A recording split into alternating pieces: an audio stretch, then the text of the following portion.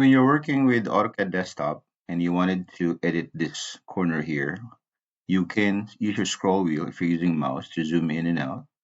If you are working with a trackpad, you can also zoom in using your two fingers, zoom in and out.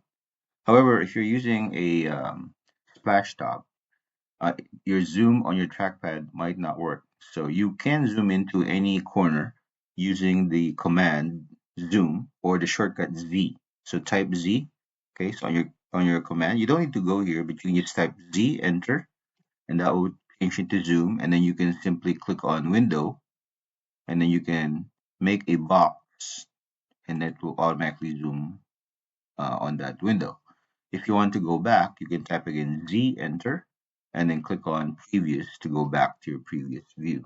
Okay, so Z, enter, W, enter, and then you can make a box to zoom in. Z, enter, P, enter, and you will zoom out. Okay, so zoom, window, zoom, previous.